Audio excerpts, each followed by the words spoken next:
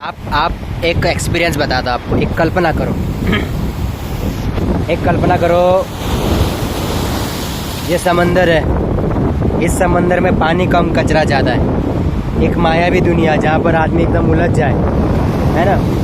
आप लोगों को पता नहीं लग रहा है, लेकिन मुझे एक तरह का ये समंदर अभी मेरे को ना एकदम मानसिक संतुलन और मानसिक टॉर्चर दे रहा है कि भाई क्या किया तुमने हमारे साथ। ये मेरी चीज़ें नहीं थी, जाहिर सी बात है, कचरा इस समुंदर का नहीं था, वो हमारा था।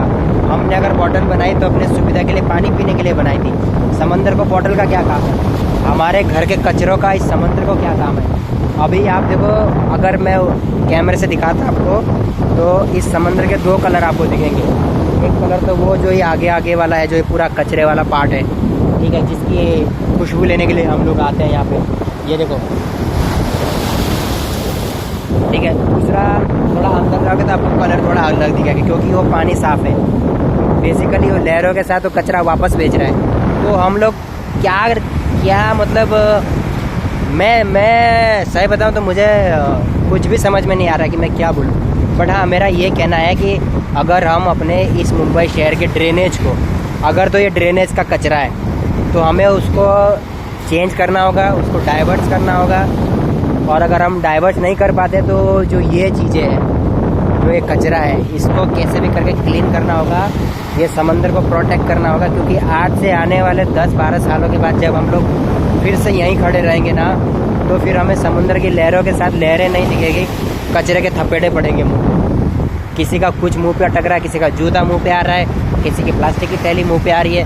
तो ऐसा भविष्य अगर सामने है तो भाई साहब, अब हम कुछ भी नहीं कर सकते ना। हम मिडिल क्लास है, अब हमारे पास कोई जॉब है ना, हमारे पास कोई ऐसा पावर है कि हम गवर्नमेंट के साथ बैठ के भाई ऐसे डिसीजन लेके भाई नहीं तुम ऐसा करो तो ऐसा हो सकता है। ये काम है बड़े बड़े डिपार्टमेंट में बैठे लोगों का।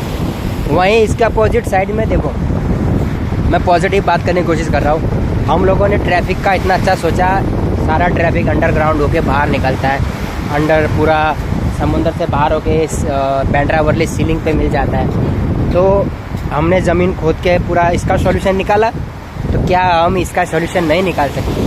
हमने हज़ारों करोड़ रुपए का टर्नओवर लेके ये बनाया, ये देखो।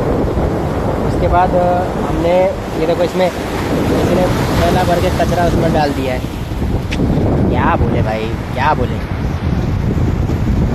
फाइन लगाओ बिंदास। मैं तो कहता हूँ, जब कोरोना चल रहा था, बिना मास्क का कोई घूम रहा था तो इस एरिया में 200 रुपये का फ़ाइन था। यहाँ पे बैठने के बाद अगर आप लोगों से 5 रुपये की भी फीस लेते हो ना, लोग देने को तैयार है, लेकिन लोग कचरा फेंकने से मना नहीं करेंगे। ये थर्माकोल किसने डाला होगा इसमें, तो आपको देखना पड़ेगा। इसका सॉल्यूशन है, इसका सॉल्यूशन बहुत अच्छा सॉल्यूशन है, बहुत सस्ता सॉल्यूशन है। पानी मुंह में आ गया। सबसे बड़ा सॉल्यूशन तो ये समुंदर ही हमारा साथ दे रहा है। वो कह रहा है भाई तुम्हारा कचरा लो, हम लोग को किनारे पे बैठ के कचरा पकड़ना है, बस अपनी तकनीकी यूज़ करनी है। वो कचरा हमको दे रहा है, तो हमको देखो पैसा भी ज़्यादा है। वो यहाँ तक कचरा फेंक रहा है, देखो वहाँ समंदर है, यहाँ रोड तक कचरा फेंक रहा है। तो हमें तो ऑलरेडी वो दे रहा है हमारा कचरा। जब देने वाला तैयार है तो हमको लेना चाहिए बस।